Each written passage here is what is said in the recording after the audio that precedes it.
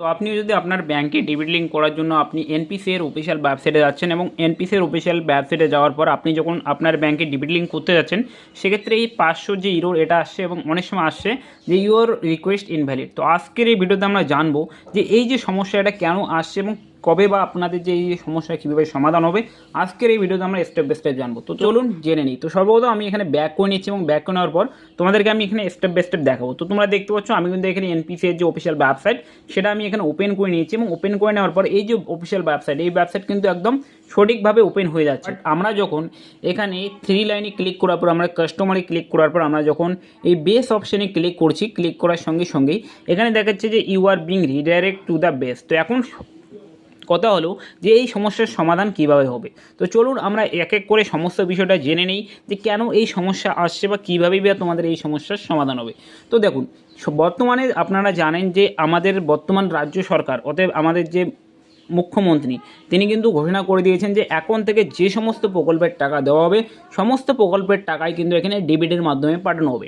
এবং এই কারণেই কিন্তু যখন এই খবরটি ছড়িয়ে যায় এবং অনেক লোক অনেক পশ্চিমবঙ্গের সমস্ত বাসিন্দা এখন কিন্তু এই ডেবিট লিঙ্ক করতে এই ওয়েবসাইটে চলে এসছে এনপিসিআই অফিসিয়াল ওয়েবসাইটে। তো এই কারণে এখন কিন্তু এই যে ওয়েবসাইট এখানে কিন্তু প্রচুর পরিমাণে ট্রাফিক হওয়ার কারণে আপনাদের যে রিকোয়েস্ট এখানে রিজেক্ট হয়ে যাচ্ছে, ইনভ্যালিড হয়ে যাচ্ছে, এক্সপায়ার হয়ে যাচ্ছে। তো দেখুন, যখন আপনি সেই ভারত আধার সেভিংয়ে ক্লিক করবেন তারপর কিন্তু আপনার সামনে এই যে বেস বলে অপশনটি এই অপশানটি কিন্তু ওপেন হয়ে যাবে, যেখান থেকে আপনারা কিন্তু এখানে আপনাদের ডিবিটি লিঙ্ক, আপনার ডিবিটি লিঙ্ক চেঞ্জ বা ডিবিটি লিঙ্ক চেক সমস্ত কিছু তোমরা এখান থেকে করতে পারবে। কিন্তু এখন যে এই যে সমস্যা এখানে যে কোনো কিছু আসছে না, এর কারণ কি? কারণ একটাই, কেননা এই যে ওয়েবসাইটে কিন্তু এখন অতিরিক্ত পরিমাণে ট্রাফিক আসছে, এর কারণে কিন্তু আপনার যে এন্ট্রি সেটা নিতে একটু লেট হচ্ছে। তো আপনারা অনেকেই বলবেন যে দাদা আমরা তো আধা ঘন্টা থেকে ট্রাই করছি, একই সমস্যা। তো যখন আপনি এখানে এন্ট্রি নিয়ে নেবেন আপনার সামনে কিন্তু সমস্ত বিষয়টা এখানে চলে আসবে, তারপর কিন্তু আপনি আপনার যে সমস্ত ডিবিটি লিঙ্ক রয়েছে আপনার এখানে করে নিতে পারবেন।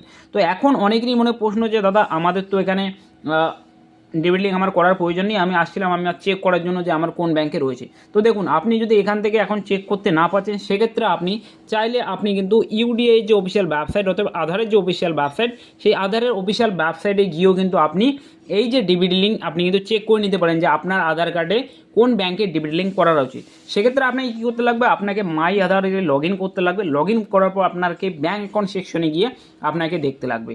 তো আর যদি তোমাদের ব্যাংকে ডিবিট লিঙ্ক করতে যাও সেক্ষেত্রে তোমাদেরকে এখন অপেক্ষা করতে লাগবে। যখন এই এনপিসিআই এর অফিসিয়াল ওয়েবসাইট এখানে ঠিক হয়ে যাবে তারপর কিন্তু আপনারা এখান থেকে আপনাদের যে ডিবিট লিঙ্ক সেটা আপনি করিয়ে নিতে পারবেন। তো আশা করছি সমস্ত বিষয়টা তোমরা বুঝতে পেরেছো। তো একটু সময়ের অপেক্ষা, আপনারা একটু ওয়েট করে নিন এবং আপনাদের যে সমস্যার সমাধান সেটা কিন্তু অবশ্যই হবে।